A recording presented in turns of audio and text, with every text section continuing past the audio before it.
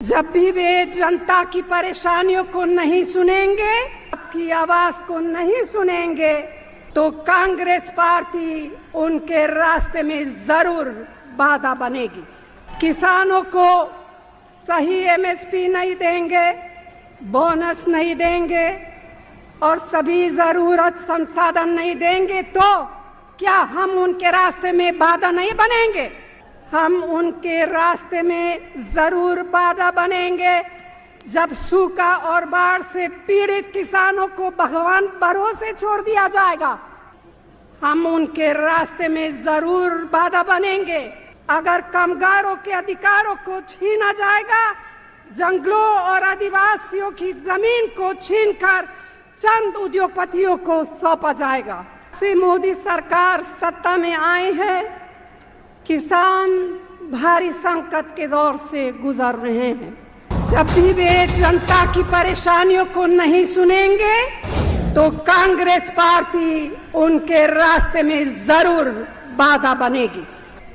हल और हाथ की ताकत जब इकट्ठा हुई तो उन्हें अपना सिर झुकाना पड़ा। आज इस विशाल जनसमूह को देखकर भाजपा सरकार के पांव तले की धरती खिसक गई होगी। दिन रात मेहनत मजदूरी करते हैं, आप ही हम सब की जरूरतें पूरी करने के लिए अपना खून पसीना बहाते हैं। आप सिर्फ अन्नदाता ही नहीं बल्कि भाग्य विधाता भी है। भले ही लेकिन लड़ाई अभी खत्म नहीं हुई है। लड़ाई का मैदान अब दिल्ली से हटकर प्रदेशों में चला गया है।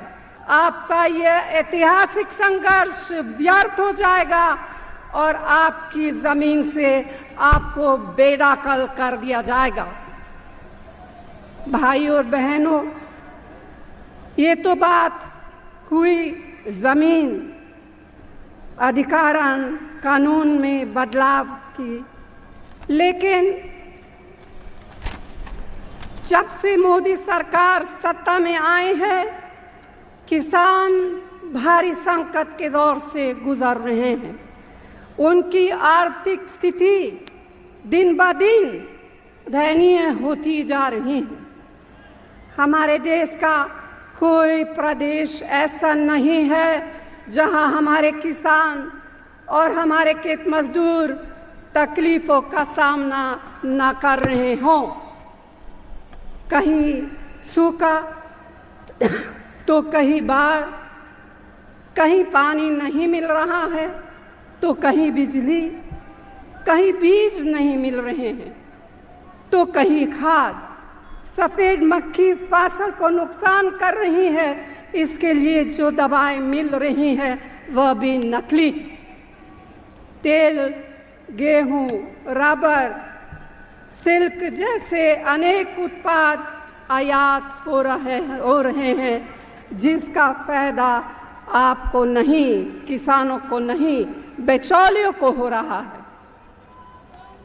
रोजमर्रा की जरूरत की चीजें के दाम आसमान छू रहे हैं और हमारी प्यारी बहनों को घर चलाना कितना कठिन हो गया है।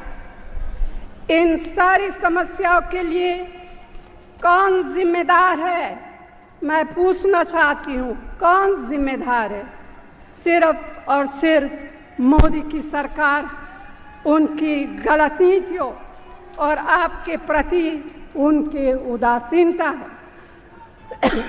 आपको याद होगा डॉक्टर मनमोहन सिंह जी के नेतृत्व में हमारी यूपीए सरकार ने, जब आप कर्ज की चपेट में थे, न केवल 72,000 करोड़ का कर्ज माफ किया, आपको हर मदद पहुंचाने के लिए कोई कसर नहीं छोड़ा।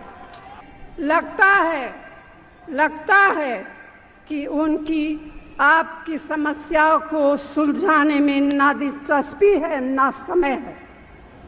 उनकी दिलचस्पी और घंटों का समय है तो उद्योगपतियों के लिए है, उनकी शिकायतों को सुनने के लिए है। हाँ, विदेश यात्रा के लिए भी खूब दिलचस्पी है, खूब समय है और खूब पैसे हैं।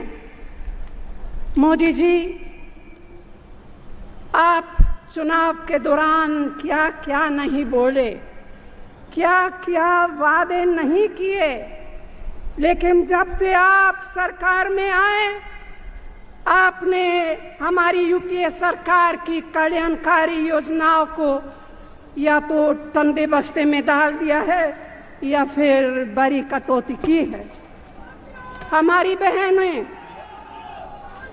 बहनें जिनकी गोद में देश की भविष्य पलता है,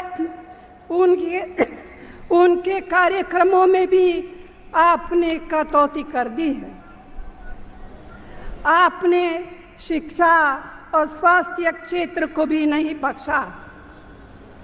देश का युवा रोजगार की तलाश में भटक रहा है। क्या हुआ आपके वादे का जो नौजवानों को रोजगार देने का था? क्या हुआ? लगता है कि आज आपने अपनी आंख और कान बंद कर दिए हैं। तो भाइयों और बहनों, मोदी सरकार हर क्षेत्र में विफल रही है। अपनी विफलता को छिपाने के लिए प्रधानमंत्री कांग्रेस को बार बार दोषी ठहराते हैं और विकास के रास्ते में बाधा मानते हैं। मुझे उनके ऐसे कथन पर हंसी भी आती है और दया भी। मैं उनसे पूछना चाहती हूँ कि उनकी विचारधारा के साथी कहाँ थे वे लोग जब आजादी का आंदोलन चल रहा था? एक पार्टी जिसने आजादी की लड़ाई लड़ी, कुर्बानियां दी। हाँ, जब भी वे जनता की परेशानियों को नहीं सुनेंगे, आपकी आवाज को नहीं सुनेंगे, तो कांग्रेस पार्टी उनके रास्ते में जरूर बाधा बनेगी। किसानों को सही एमएसपी नहीं देंगे, बोनस नहीं देंगे और सभी जरूरत संसाधन नहीं देंगे, तो क्या हम उनके रास्ते में बाधा नहीं बनेंगे? अगर बाजारों में विदेशी कृषि पैदावार बड़ी मात्रा में थोप दी जाएगी, तो हम क्या उनके रास्ते में बाधा नहीं बनेंगे? हम उनके रास्ते में जरूर बाधा बनेंगे जब सूखा और बाढ़ से पीड़ित किसानों को भगवान भरोसे छोड़ दिया जाएगा। हम उनके रास्ते में जरूर बाधा बनेंगे अगर कामगारों के अधिकारों को छीना जाएगा, जंगलों और आदिवासियों की जमीन को छीनकर चंद उद्योगपतियों को सौंपा जाएगा। हम उनके रास्ते में जरूर बाधा बनेंगे